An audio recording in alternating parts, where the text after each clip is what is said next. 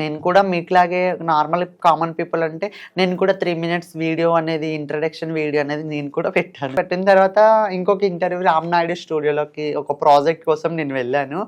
So అక్కడ నాకు ఒక పేరు తీయను, బట్ అక్కడ ఒక వ్యక్తి నాకు పరిచయం అయ్యి నన్ను ఇక్కడ దాకా తీసుకొచ్చారు. నాకు బ్యాక్ సపోర్ట్ బాగా ఇచ్చారు.